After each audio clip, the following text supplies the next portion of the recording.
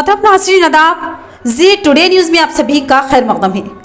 आरमूर में महकमा बल्दिया की जानिब से इंतजामी कार्रवाई की गई और ये कार्रवाई इससे कबल भी की गई थी और ये कार्रवाई सीआई सत्यानारायण गौड़ और म्युनिसिपल ओहदेदारों की हिदायत पर की गई।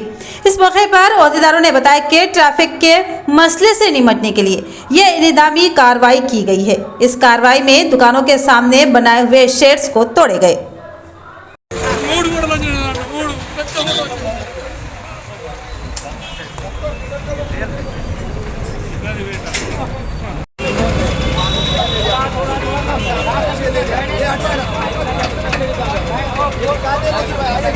ये